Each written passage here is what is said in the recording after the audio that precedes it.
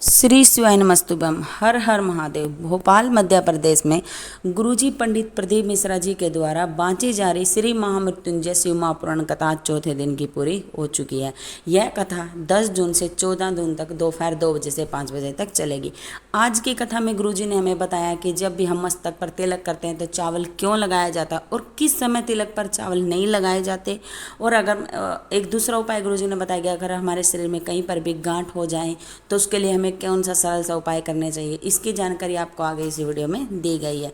अगर किसी भी कारण से आप आज की कथा नहीं सुन पाए हो तो संपूर्ण कथा का रास्ता तो आपको इस छोटी सी वीडियो से प्राप्त होने वाला है। बढ़ते हैं आज की कथा की पहली जानकारी की तरफ।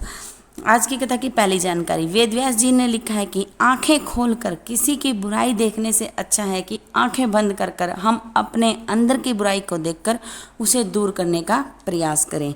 आज की कथा की दूसरी जानकारी, हम पाप जवानी में युवावस्था में करते हैं और सोचते हैं कि पुण्य बुढ़ापे में करेंगे। नहीं, अगर हमने पाप जवानी में युवावस्था में किया है तो हमें पुण्य भजन कीर्तन भी युवावस्था में ही करना चाहिए, क्योंकि जो कि जवानी में किए हुए पाप को हम युवावस्था में नहीं मिटा सकते, उन्हें नहीं धो सकते। आज की कथा की तीसरी जानकारी, रीना पत्र लेकर आई मध्य प्रदेश से। गुरुजी, मेरी भाभी को कोई संतान नहीं थी, शादी को 9 वर्ष हो गए थे। मेरी भाभी ने सभी देवी देवताओं की पूजा अर्चना कर ली, वह सब पूजा अर्चना करके थक गई थी, पर उसे कोई लाभ नहीं हुआ, उसे संतान की प्राप्ति नहीं हुई। गुरुजी, मैं भी शिव मंदिर जाती थी, पूजा करती थी। कथा में सुना था कि हम अपना पुण्य दे सकते हैं। गुरुजी, मैंने शिव के सामने प्रार्थना की, बाबा मैं मेरे 2 महीने का पुण्य अपने भाभी को देती हूँ, अगर आप सुनते हो तो मेरी भाभी की झोली भर देना।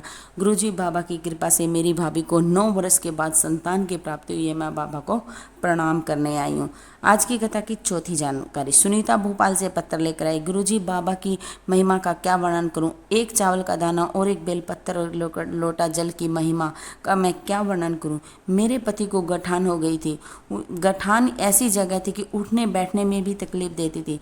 मैंने एक चावल का दाना, एक लोटा जल और एक बेलपत्र चढ़ाना शुरू किया, शिवलिंग पर चढ़ाना शुरू किया। मैं सीहोर गई, रुद्राक्ष लेकर आई। रुद्राक्ष का जल भी शिवलिंग पर चढ़ाती, उसको लाती और पति को आचमन करने के लिए देती। गुरुजी, 22 दिन के बाद जब मैंने जांच कराई तो पता चला कि गांठ गल चुकी है, अभी ऑपरेशन की ज़रूरत नहीं है।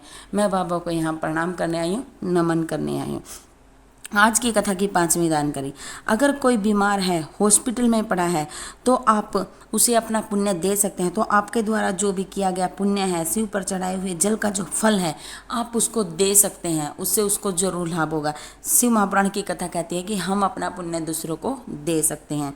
आज की कथा की 6ठी जानकारी, जब भी हम मस्तक पर तिलक किया जाता है तो उस समय तिलक करने के बाद चावल लगा देते हैं। चावल इसलिए लगाया जाता है ताकि हमारे पुण्य का जो भी हमने उसका अक्षय न हो, यह ऐसा दिन बार बार आता रहे।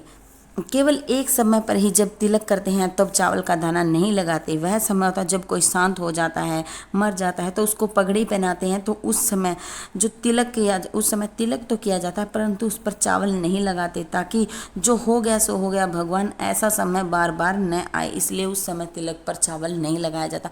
बाकी जब भी हम चाहे रक्षाबंधन पे करते हैं या कहीं पे भी शादी ब्याह में कहीं पर भी जब भी हम तिलक करते हैं तो उस पर चावल अवश्य लगाते हैं, ताकि ऐसा शुभ दिन बार बार आता रहे। लेकिन जब भी अशुभ समय में, ताकि वह दिन बार बार ना आए, इसलिए उस समय चावल नहीं लगाया जाता। केवल एक ही तिथि है, एक ही समय ऐसा है हिंदू धर्म में जब तिलक पर चावल नहीं लगते। आज की कथा की 7वीं जानकारी, हमें बेलपत्र के बीच वाली पत्ती पर एक चावल का दाना रखकर शिव पर समर्पित करना चाहिए। ऐसा करने से जो भी एक चावल का दाना जो बेलपत्र की बीच वाली पत्ती पर अगर रखकर शिवलिंग पर समर्पित करते हैं, चाहे उससे पहले हमने 2 महीने, 3 महीने, 6 महीने जो भी जल चढ़ाया है या बेलपत्र समर्पित किया है, तो उसका जो भी पुण्य है वह हमारे खाते में चला जाता है, वह कभी भी खत्म नहीं होता, अक्षय नहीं होता उसका, इसलिए हमें यह जरूर करना चाहिए। आज की कथा की 8वीं जानकारी, अगर आपके शरीर में कहीं पर भी कोई गांठ हो जाए, चाहे वह बच्चेदानी में हो, कहीं पर भी हो, चाहे पुरुष हो या स्त्री हो, किसी को भी अगर कोई गांठ है तो हमें एक चावल का दाना लेना है। हमें उस चावल के दाने को अशोक सुंदरी वाले स्थान पर अर्पित करना है और उसके बाद जो एक लोटा जल है वह शिवलिंग पर अर्पित करना है, और जो शिवलिंग पर जल चढ़ाते हैं उसको हमें एक पात्र में छील लेना है और उसका आचमन करना है। देखना बाबा की कृपा से आपकी गांठ गल जाएगी। आज की कथा की 9वीं जानकारी, तारा रजत भोपाल से पत्थर लेकर आई। गुरुजी कलयुग में शिवयुग आ गया है कि शिव की क्या महिमा का वर्णन करूं। चाहे शिव आए ना आए हो, लेकिन शिव महापुराण कथा हर मनुष्य के पास जरूर आ गया। गुरुदेव मेरी जीभ पर 2 गठान हो गई थी, बहुत इलाज करवाया पर ठीक नहीं हुई।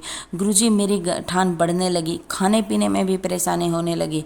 मैंने बहुत इलाज कराया पर कोई लाभ नहीं हुआ। मेरी पड़ोसन ने कहा शिव जी पर जल चढ़ाकर आचमन कर, दवाइयाँ अपनी जगह काम करेगी, लेकिन बाबा पर विश्वास कर। गुरुजी मैंने 1 चावल का दाना और 1 लोटा जल और बेलपत्र चढ़ाकर आचमन करना शुरू कर दिया।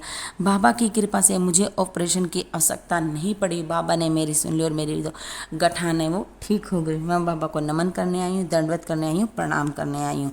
आज की कथा की 10वीं जानकारी। पूजा भले ही हम आधे घंटे की करें, 10 मिनट की करें, 5 मिनट की करें, 1 घंटे की करें तो चल जाएगा, लेकिन हमें जो शिव पर भरोसा है वह 24 घंटे करना चाहिए। हमें उठते बैठते जागते सोते श्री शिवाय नमस्तुभ्यम, ओम नमः शिवाय का जाप करते रहना चाहिए। आज की कथा की 11वीं जानकारी। देवता जब भी देते हैं तो वो पल्ला झाड़ कर देते हैं, लेकिन जब भी मेरा महादेव देता है तो छप्पर फाड़ कर देता है। महादेव कभी भी थोड़ा नहीं देता, बहुत में देता है।